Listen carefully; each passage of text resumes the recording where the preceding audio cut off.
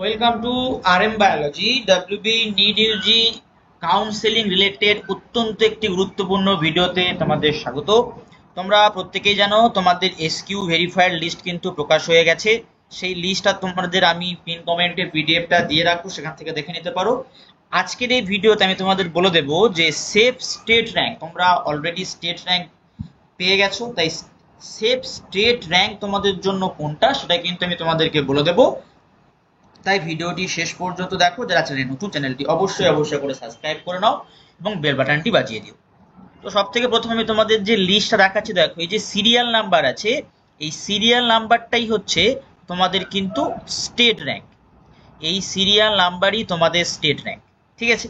তো এরকম করে প্রচুর সিরিয়াল নাম্বার আছে, প্রায় 9000 প্লাস নাম্বার আছে। তার মধ্যে 8700 জন মতো ক্যান্ডিডেট কিন্তু স্টেট কোটাতে নথিভুক্ত করেছে, এবং বাকি যে সংখ্যকগুলো আছে 9000 প্লাসে, সেগুলো কিন্তু হয় ম্যানেজমেন্ট কোটা অথবা এনআরআই কোটা। তো এবারে আমরা দেখব যে ইউআর ক্যান্ডিডেট তোমরা যারা আছো, অর্থাৎ যারা জেনারেল ক্যান্ডিডেট, তাদের সেফ স্টেট র্যাঙ্ক অর্থাৎ এই সিরিয়াল নাম্বারের যে র্যাঙ্ক, এই র্যাঙ্কটা কতদূর পর্যন্ত থাকলে তোমরা একটা সরকারি কলেজ পেতে চলেছ, মেডিকেল কলেজ। তো দেখো, যারা ইউআর ক্যান্ডিডেট তাদের যদি স্টেট র্যাঙ্ক 2100 পর্যন্ত থাকে, এটা কি স্টেট র্যাঙ্ক, স্টেট র্যাঙ্ক 2100 পর্যন্ত হয়, ঠিক আছে, তারা কিন্তু একটা কলেজ পেতে চলেছ। স্টেট র্যাঙ্ক 2100, অর্থাৎ এটা শুধুমাত্র কি বলছি, এক্সক্লুসিভলি ইউআর র্যাঙ্ক, ঠিক আছে, কাস্ট ক্যাটাগরি বাদ দিয়ে। যারা ইডাব্লিউএস ক্যান্ডিডেট, তাদের যদি ক্যাটাগরি র্যাঙ্ক অর্থাৎ ইডাব্লিউএস র্যাঙ্ক, যেটা তোমাদের ওই পিডিএফ থেকে তোমাদের নিজেদের কিন্তু ক্যালকুলেট করে বের করতে হবে, সেটা হচ্ছে যদি তোমাদের 350 মধ্যে থাকে, 350 মধ্যে, এটা কিন্তু ক্যাটাগরি র্যাঙ্ক, ঠিক আছে। ওবিসি এর ক্ষেত্রে সেই ক্যাটাগরি র্যাঙ্কটা যদি 410 মধ্যে হয়, তোমরা পেতে পারো। ওবিসি বি যেটা যদি 220 মধ্যে থাকে, 220 মধ্যে ক্যাটাগরি র্যাঙ্ক থাকে, তারা পেতে পারো, যারা ওবিসি বি ক্যান্ডিডেট।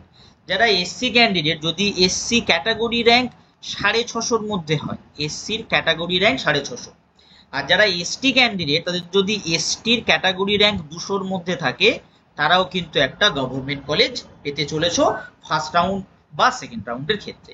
এবার যদি এর সাবসিকুয়েন্টলি আমরা এআইআর র্যাঙ্কটা বলে দিই, এআইআর র্যাঙ্ক, তো মোটামুটি এবছর যেতে পারে এআইআর র্যাঙ্ক প্রায় 42400 পর্যন্ত, 42400 পর্যন্ত। সেক্ষেত্রে যেটা ইডাব্লিউএস ক্যাটাগরি আছে, তাদের ক্ষেত্রে যেতে পারে 97000, মোটামুটি 245 পর্যন্ত তোমরা ধরে রাখতে পারো।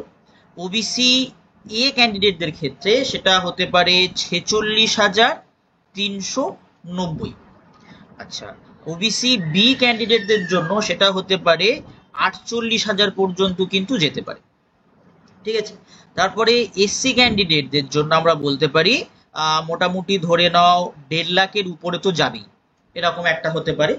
আর এসটি ক্যান্ডিডেট মোটামুটি যেতে পারে 6 লাখের উপরে, এরকম কিন্তু একটা আমরা দেখতে পারি এআইআর র্যাঙ্কের ক্ষেত্রে। তোমাদের আমি যেমনটি বলেছিলাম, তোমাদের রেজাল্ট যখন 5 মার্কস ডিডাক্ট হয় বা অনেকের যুক্ত হয়, অনেকের বাদ যায়, সেই সময় যেমনটা আমি তোমাদেরকে প্রেডিক্ট করেছিলাম যে তোমাদের ইউআর ক্যান্ডিডেটদের কাট অফ 630 থাকতে পারে, সেটাই কিন্তু মোটামুটি দেখা গেল স্টেট লিস্ট প্রকাশ হওয়ার পর, যে ইউআর ক্যান্ডিডেটদের কাট অফ, ইউআরদের কাট অফ মার্কস কিন্তু 630 থাকতে চলেছে, বা তোমরা +2 করতে পারো, তো মোটামুটি সেকেন্ড রাউন্ড পর্যন্ত এই যে র্যাঙ্ক যাদের হয়েছে, সেটা স্টেট র্যাঙ্ক বলো বা এআইআর র্যাঙ্ক বলো, তোমরা কিন্তু সেফ আছো।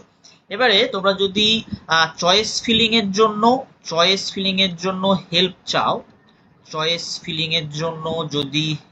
চাও, সেক্ষেত্রে আমার যে অফিসিয়াল মেল আইডি আছে, সেই অফিসিয়াল মেল আইডিতে তোমরা কিন্তু যোগাযোগ করতে পারো, আমি পিন কমেন্টে দিয়ে রাখবো। তো আজকের ভিডিওটি এই পর্যন্ত।